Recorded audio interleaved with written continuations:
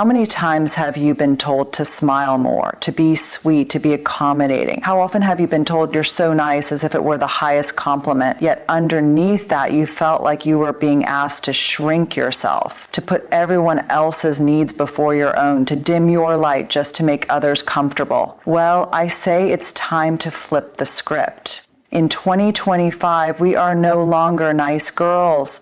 We are powerful, unapologetic, and fearless women who embrace our worth without fear or hesitation. It's not about being mean, it's about being real. It's about showing up for ourselves, setting boundaries, and saying, this is who I am, take it or leave it. No more hiding behind expectations, no more shrinking, no more letting others define our value. In 2025, we take up space, we own our voices, and we demand respect because we deserve it. Prioritizing your needs and never apologizing for taking care of yourself is not a simple act. It is a revolutionary choice. In a world that constantly demands women to put others first, to be the caregivers, the nurturers, the ones who give without asking for anything in return, taking a step back to focus on yourself can feel radical, but it's essential. Society often glorifies self-sacrifice, making it seem noble to give and give without ever considering the toll it takes on you. But here's the thing, you cannot pour from an empty cup. The only way you can truly serve others, contribute meaningfully, and show up fully is if you take care of yourself first. Prioritizing your own well-being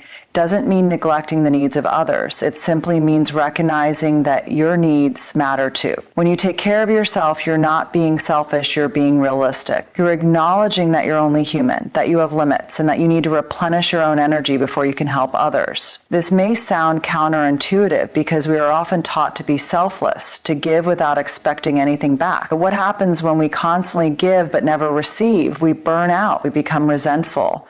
We start feeling invisible, as if our needs don't count, as if we are only valued for what we do for others, not who we are. This isn't sustainable. Eventually, you will find yourself exhausted, unfulfilled, and even disconnected from the very people you're trying to help. It's not just about physical rest. It's about emotional, mental, and spiritual care. It's about setting boundaries and saying no when something doesn't align with your values or when it takes more from you than you're able to give. It's about recognizing that your time, energy, and love are finite resources, and while giving them is beautiful, you also need to protect them. If you don't, you will find yourself depleted and not in a healthy place to be there for anyone, least of all yourself. It can be hard at first to make this shift. The world has conditioned us to be nice girls, to go along with the flow, to say yes to every request and demand, regardless of how it impacts us. We have been taught to see our worth through the lens of how much we can do for others. But the truth is, your worth is not determined by your capacity to be available, to please others, or to sacrifice your needs for the comfort of those around you. Your worth is intrinsic. It's already there. You don't need to earn it by being constantly on call or by putting everyone else's needs ahead of your own. The fear of being seen as selfish can hold us back. We fear that if we put ourselves first, we'll be judged, labeled as uncaring or indifferent. But here's the truth. Setting boundaries is not a reflection of who you are as a person. It's a reflection of your respect for yourself. And respect is never something to apologize for. The fear of judgment can be paralyzing, but it's important to recognize that the people who truly love and value you will respect your boundaries.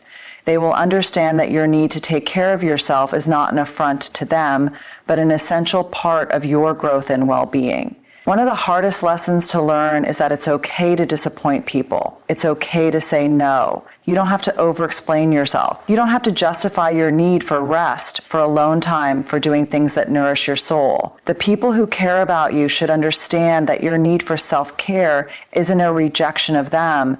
It's simply a recognition that you can't always give when you're running on empty. You deserve to fill yourself up too. Prioritizing your needs also means paying attention to your emotional and mental health. In today's fast-paced, always connected world, it's easy to lose touch with what you truly need. The constant bombardment of information, the pressures to be perfect, to be everything to everyone, it can be overwhelming. And it's in those moments of overwhelm that we tend to forget about ourselves. We push our feelings down, we ignore our stress, and we keep going hoping that somehow we will just manage to get through it all. But this only leads to deeper exhaustion, burnout, and feelings of of inadequacy. Prioritizing your needs means listening to your emotions, acknowledging when you need a break, and making space for healing. It's about recognizing when you're stressed or anxious and allowing yourself to step away from the situation, take a breath, and recalibrate. Sometimes prioritizing your needs means making difficult decisions. It might mean letting go of toxic relationships, whether personal or professional, that drain your energy or disrespect your boundaries. It might mean stepping away from commitments that no longer align with your values or your passions. These decisions can be uncomfortable because they often involve confronting fears of letting people down, fears of disappointing others, fears of being seen as difficult or selfish. But these fears are not reasons to stay stuck in situations that are damaging to your well-being. Making those hard decisions, while challenging, is a necessary step toward building a life that is truly yours. A life where you are empowered to make choices that support your growth and your happiness. Taking care of yourself also means being honest with yourself about what you truly need. It's easy to fall into the trap of doing things because you feel obligated, because it's what others expect from you, or because it's what you've always done. But when was the last time you asked yourself what you really wanted? What would make you feel truly fulfilled, happy, and at peace? It's important to check in with yourself regularly, to ask yourself what you need emotionally, physically, and mentally. This can be as simple as giving yourself permission to rest when you're tired, or as profound as making a major life change that brings you closer to your authentic self. Your needs will change over time, and that's okay. Life is fluid, and so are your boundaries. What worked for you in one phase of your life may no longer serve you in the next. Prioritizing your needs means being adaptable, being willing to reassess, and being open to change. It means not feeling guilty for evolving, for outgrowing situations or people that no longer align with who you are becoming. It's also important to recognize that taking care of yourself is a continuous process. It's not something you do once and then forget about. It's an ongoing commitment to your well-being. Just as you wouldn't expect to eat one healthy meal and be nourished for life, you can't expect one act of self-care to sustain you forever. It requires regular attention and consistent practice, whether it's setting aside time for a hobby, exercising, getting enough sleep, or simply saying no to things that drain you. Prioritizing your needs must become a routine. In a world that constantly demands more of us, that tells us we must be everything to everyone, it's easy to lose sight of the importance of self-care. But when you choose to prioritize your own needs, you are not just helping yourself, you are setting a powerful example for others. You're showing the world that self-respect and self-care are not luxuries, they are necessities. You're teaching those around you that it's okay to put yourself first, to have boundaries, and to live authentically. You're contributing to a cultural shift that values women not just for what they can do for others, but for who they are at their core. You are reminding the world that a healthy, empowered woman is the foundation for a healthy, empowered society. And finally, never apologize for taking care of yourself. Never apologize for setting boundaries, for saying no, for choosing your peace over chaos. Never apologize for protecting your time, your energy, and your well-being. You are worthy of every ounce of care you give yourself. And when you make that a priority, you not only enrich your own life, you enrich the lives of everyone you encounter. Owning your worth unapologetically is an act of courage. It is not something that comes naturally for many of us, especially when society has conditioned women to doubt their abilities, to downplay their accomplishments, and to shrink into the background. We are often told to be humble, to not get too big for our britches, to not be too loud or too bold. The world seems to constantly send the message that we must apologize for being confident, for taking up space, for asserting our worth.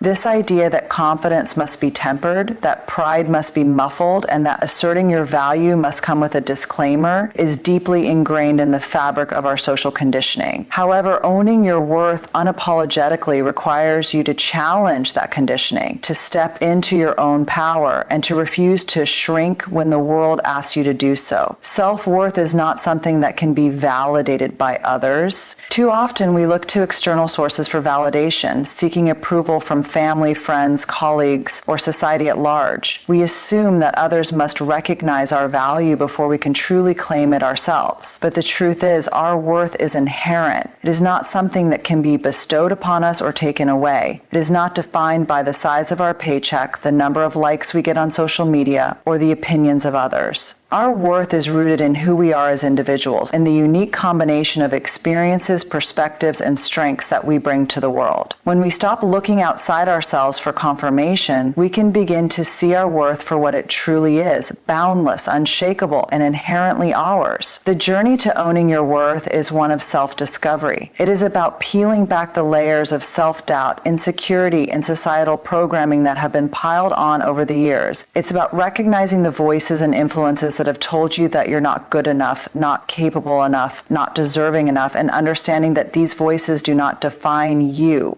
These voices may come from external sources, but more often than not, they come from within. We internalize the criticism, the judgment, and the standards that others impose on us, and then we hold ourselves to impossible standards, constantly measuring our worth against an ever-shifting bar.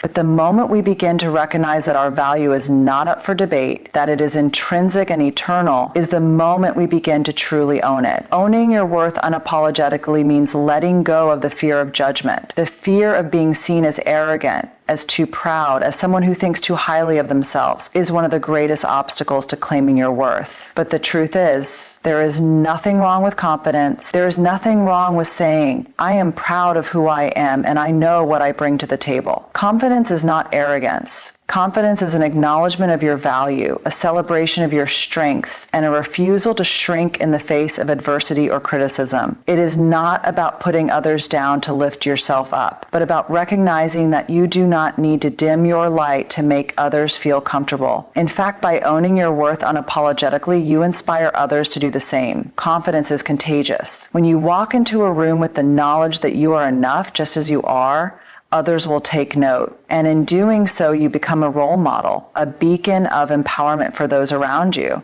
One of the most powerful ways to own your worth is to stop apologizing for being yourself. How many times have you found yourself saying sorry for simply existing? We apologize for taking up space, for expressing our opinions, for asserting our needs. We apologize for being too loud, too bold, too ambitious. But why? Why do we apologize for the very things that make us unique, that make us powerful? It is time to stop apologizing for being who we are, for having a voice, for owning our accomplishments. It is time to stand tall in the knowledge that our worth is not something we need to apologize for. It is something we should embrace with pride. In the same vein, owning your worth unapologetically means being willing to say no when something does not align with your values or your vision for your life. We often feel obligated to say yes, to take on more than we can handle, to please others at the expense of our own well-being. We fear that if we say no, we will disappoint someone, or we will be seen as uncooperative or ungrateful. But the truth is, saying no is an act of self-respect. It is an acknowledgement that your time, energy, and resources are valuable, and that you are entitled to set boundaries that honor your own needs and desires. By saying no to what does not serve you, you are saying yes to yourself.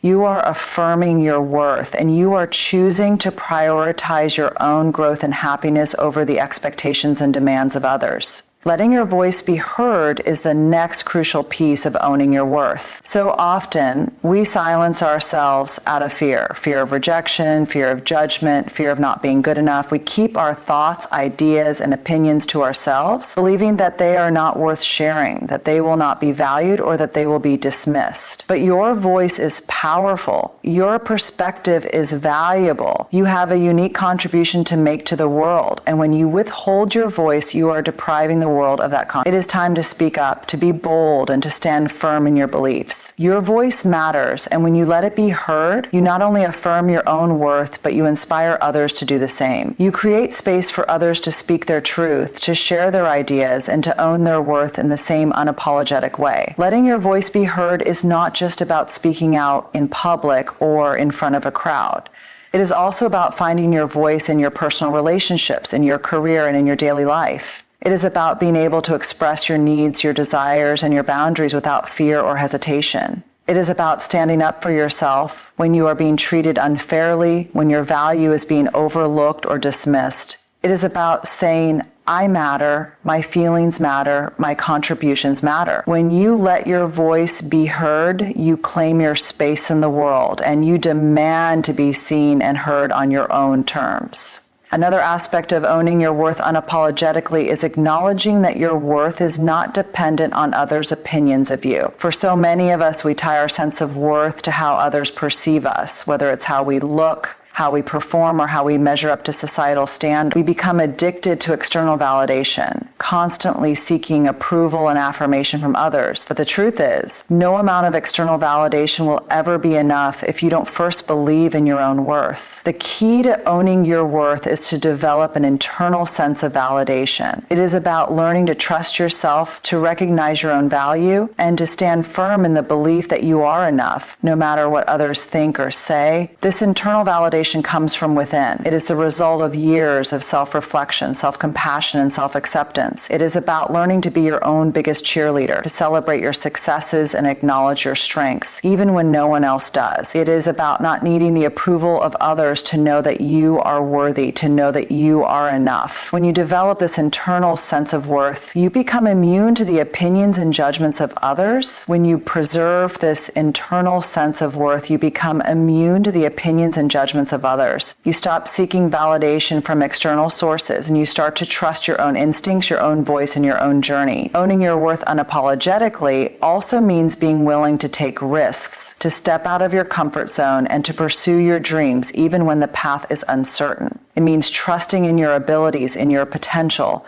and in the knowledge that you are capable of achieving great things. It means embracing failure as a stepping stone to success rather than something to be feared or avoided. When you own your worth, you are no longer afraid of failure because you know that failure does not define you.